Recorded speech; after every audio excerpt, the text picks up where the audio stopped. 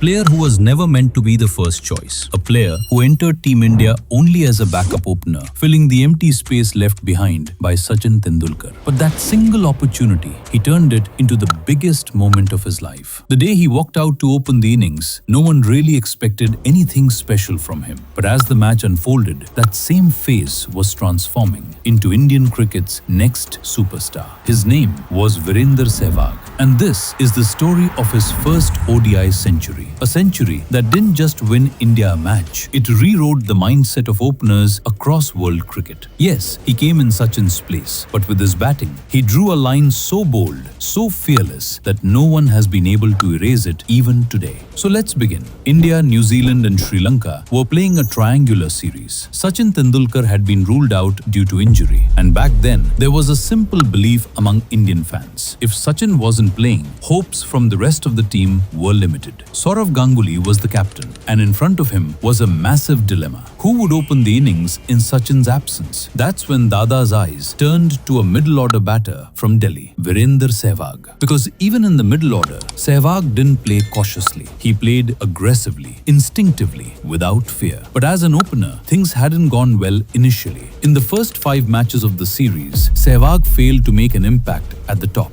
And now came 2nd August 2001, the final league match of the series, India versus New Zealand, a do-or-die encounter. Win this and you face Sri Lanka in the final. Lose this and you're out. And maybe, just maybe, this was also Sehwag's last chance to prove that he truly belonged at the top. A backup opener, one opportunity, one match. What followed next would change Indian cricket forever. New Zealand won the toss and chose to bat first. By the end of their innings, they had piled up 264 runs for the loss of 7 wickets. Nathan Astley played a brilliant knock of 108 runs. Their captain, Stephen Fleming, supported him with a composed 66. And in the context of 2001, this was a competitive total. Not impossible to chase, but definitely not comfortable either. India walked out to bat with Virender Sehwag and Sourav Ganguly. The first over belonged to Ganguly, a cautious maiden, calm, measured. But the very next over changed the mood. On the second ball of the second over, Sehwag leaned into the delivery and smashed a fierce cover drive for 4. That single shot was a warning.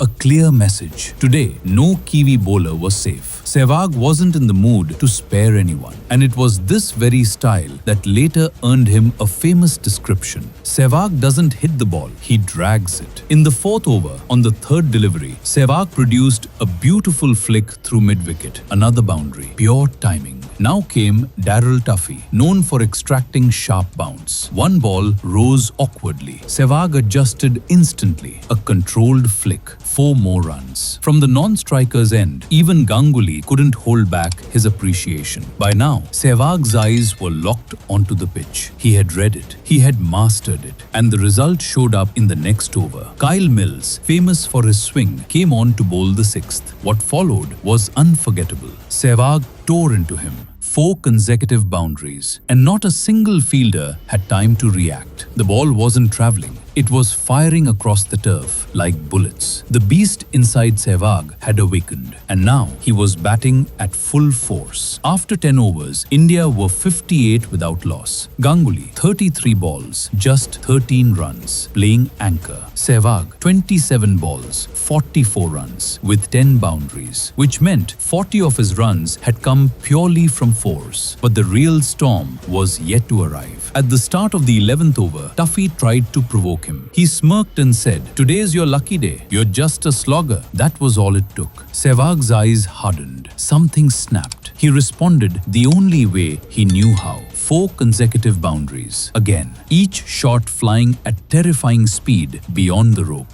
Tuffy stood helpless. His face told the story. But Sehwag wasn't done yet. On the final ball of the over, he stepped out and launched one straight over long on. A towering 6. 26 runs off the over. And with that, Sehwag made one thing crystal clear. This was no fluke, no lucky day. This was pure class. The same class that would soon allow Virender Sehwag to to dominate bowlers all over the world. And with that assault, Sehwag had raced to 66 runs off just 33 balls, with 62 of those runs coming purely from boundaries. The entire cricketing world was watching this destruction in disbelief. That day, Sehwag showed no mercy to any New Zealand bowler. What the world witnessed was a style of batting that no coaching manual had ever taught. A method you wouldn't find in any cricket book. Even the greatest minds of the game were stunned. They had never seen anything like this before. Sehwag's hand-eye coordination was unreal,